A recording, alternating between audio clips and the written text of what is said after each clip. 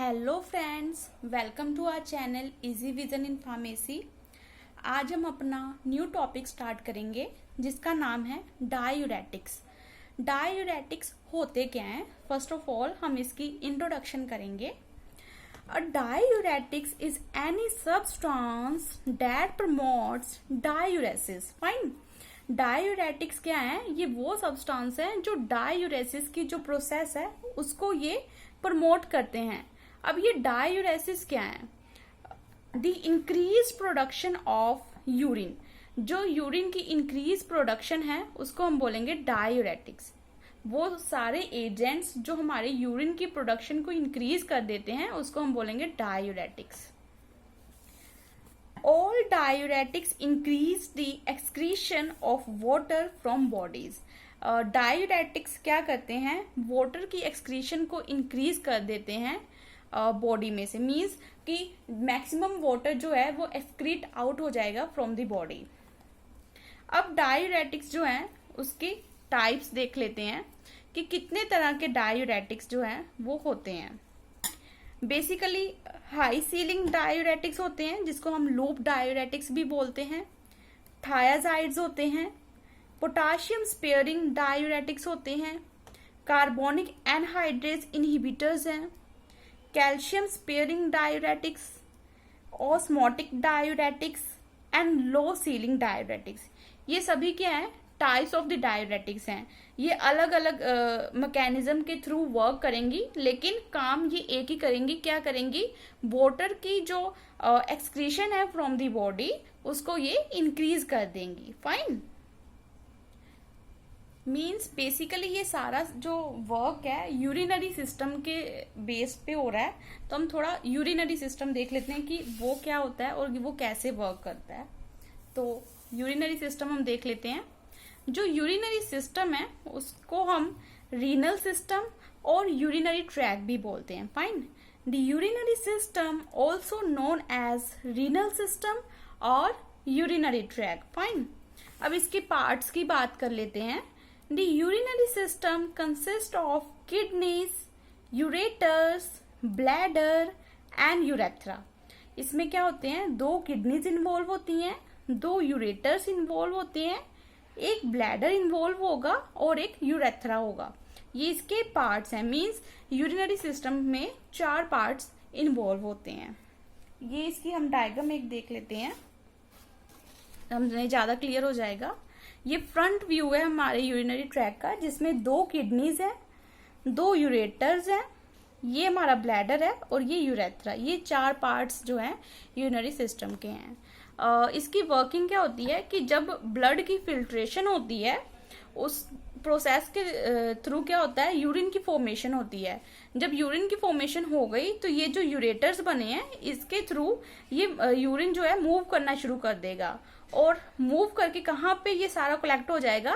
Bladder में सारा collect हो जाएगा। ब्लैडर क्या है? एक तरह से एक पाउच आप बोल सकते हो, पाउच है जिसने यूरिन को कलेक्ट करना है।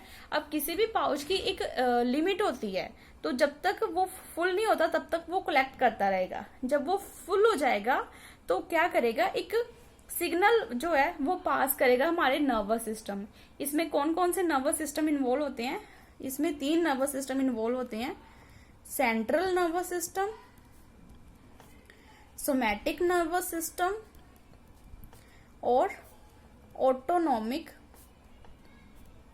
Nervous system. ये तीनों नर्वस सिस्टम इन्वॉल्व होते हैं हमारे इस प्रोसेस में। और ये क्या करेंगे? उस सिग्नल को एक रिस्पॉन्स, सबसे पहले क्या हुआ? एक सिग्नल प्रोड्यूस होगा, उस सिग्नल को फिर हमारे ब्रेन ने रिस्पॉन्स करना है और उस रिस्पॉन्स के थ्रू क्या होगा? यूरिनेशन होगी, यूरिनेशन की प्रोसेस होगी। फाइन। सबसे पहले क्या होगा? ब्लैडर फुल होगा।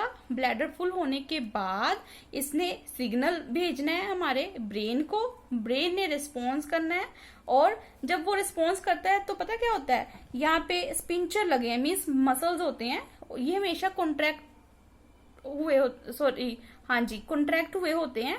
और कॉन्ट्रैक्ट होने की वजह से कोई भी लीकेज नहीं होती। जब वो सिग्नल जो है इनको मिल जाता है कि ब्लैडर फुल हो गया और ब्रेन अलाउड कर देता है, तो ये मसल्स यहाँ पे जो होती है ना वो रिलैक्स हो जाती हैं। जब वो मसल्स रिलैक्स हो जाती हैं, यहाँ पे स्पेस हो जाती है और जो यूरिन है वो एक्सक्रीट आउट हो जाता है। फाइन, ये इसकी थोड़ी सी वर्किंग हो गई। इसके बाद हम इसके थोड़े से पर्पस की बात कर लेते हैं। The purpose of the urinary system is to eliminate waste from the body and regulates blood volume. जो भी वेस्ट मटेरियल है उसको रिमूव करना ही इसका पर्पस है। उससे क्या होगा, हमारा ब्लड प्रेशर जो है वो मेंटेन होगा और लेवल ऑफ इलेक्ट्रोलाइट्स वो कंट्रोल होंगे, मेटाबोलाइट्स भी, और पीएच जो है ब्लड का उसको भी ये मेंटेन करके रखेगा। The urinary tract is the body drainage system for the eventually removal of urine. इसको हम बॉडी का ड्रेनेज सिस्टम भी कहते हैं, जो इवेंचुअली क्या करता है, यूरिन को रिमूव करता है फ्रॉम द बॉडी। और यूरिन क्या है, in the form of waste material. अगर ये वेस्ट मटेरियल हम बॉडी से रिमूव नहीं करेंगे तो ये एज अ टॉक्सिसिटी क्रिएट करेगा, toxic for the body. Urine is formed in the kidney through the filtration of the blood. ये मैंने आपको पहले ही बता दिया पॉइंट कि जब ब्लड की फिल्ट्रेशन होती है उस प्रोसेस के थ्रू क्या होता है, यूरिन की फॉर्मेशन होती है किडनी में, और देन वो यूरेटर में मूव करेगा, यूरेटर से ब्लैडर में फिल होगा और आफ्टर दैट वो एक्सक्रीट आउट हो जाएगा। बहुत इजी सा है, बस इसको समझने की बात है। The urine is then passed through the ureters to the bladder where it is stored. Fine. कि उसके बाद वो यूरेटर्स में जाके वो क्या होगा, ब्लैडर में स्टोर होगा। और during urination the urine is passed from the bladder through the urethra to the outside of the body. After that क्या होगा कि यूरिनेशन की जब प्रोसेस होगी तो यूरिन जो है वो ब्लैडर से यूरेथ्रा के थ्रू बाहर निकल जाएगा फ्रॉम द बॉडी। ओके, उसके बाद है इसके फंक्शंस कि यूरिनरी सिस्टम के क्या क्या रोल हैं बॉडी में। इससे इसके फंक्शन से हमें इसकी इंपॉर्टेंस पता चलेगी। The main functions of the urinary system and its components are, कौन कौन से हैं। फर्स्ट है regulates blood volume and composition. ये क्या करता है, ब्लड की वॉल्यूम और उसकी कंपोजिशन को रेगुलेट करता है। इसमें बहुत सारे इलेक्ट्रोलाइट्स हैं, जैसे सोडियम आयन हो गया, पोटाशियम आयन हो गया, कैल्शियम आयन हो गया और एनी अदर। ये ब्लड प्रेशर को भी रेगुलेट करके रखेगा, regulates the blood pressure, regulates pH homeostasis of the blood, contribute to the production of the RBCs by kidney, help synthesize calcitrol। ये सारे रोल जो है यूरिनरी सिस्टम हमारा परफॉर्म कर रहा है। अब कैल्सिट्रोल क्या है, कैल्सिट्रोल जो है वो एक्टिव फॉर्म है विटामिन डी की। कोई भी चीज अगर हमारी बॉडी में इनएक्टिव फॉर्म में पड़ी है तो उसका कोई रोल नहीं है, वो एब्सेंट है, जैसे उसी के इक्वल टू है। जब वो एक्टिव फॉर्म में हो जाती है आफ्टर दैट वो एक्ट करती है हमारी बॉडी में। अगर हमारी बॉडी में विटामिन डी पड़ा हुआ है उससे कोई फर्क नहीं पड़ेगा, लेकिन अगर हमारी बॉडी में active form of the vitamin D है, मींस कैल्सिट्रोल फॉर्म में विटामिन डी है, देन वो एक्ट करेगा और वो हमारी बोन्स पे बोन्स को स्ट्रॉन्ग करेगा, जिससे क्या होगा, बोन्स रिलेटेड प्रॉब्लम्स भी कम होगी। सो यूरिनरी सिस्टम जो है वो हमारी बोन्स में भी हेल्प कर रहा है। इसकी इंपॉर्टेंस यहाँ से हमें क्लियर होती है। नेक्स्ट है यूरिनेशन। जो यूरिनेशन की प्रोसेस है वो कैसे होती है।